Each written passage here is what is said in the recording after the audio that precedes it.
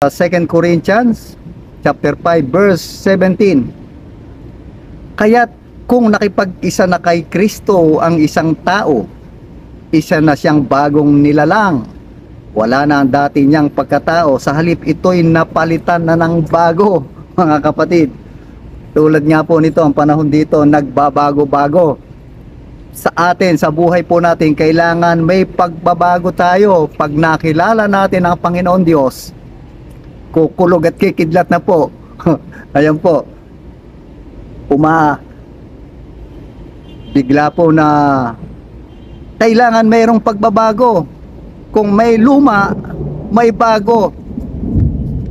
Mayroong mamamatay, may mabubuhay. Tulad po ng mga isda sa karagatan, may mga maliliit, may malalaki. At ang maliliit na ito, pagkain ng malalaking isda para sila'y mabuhay.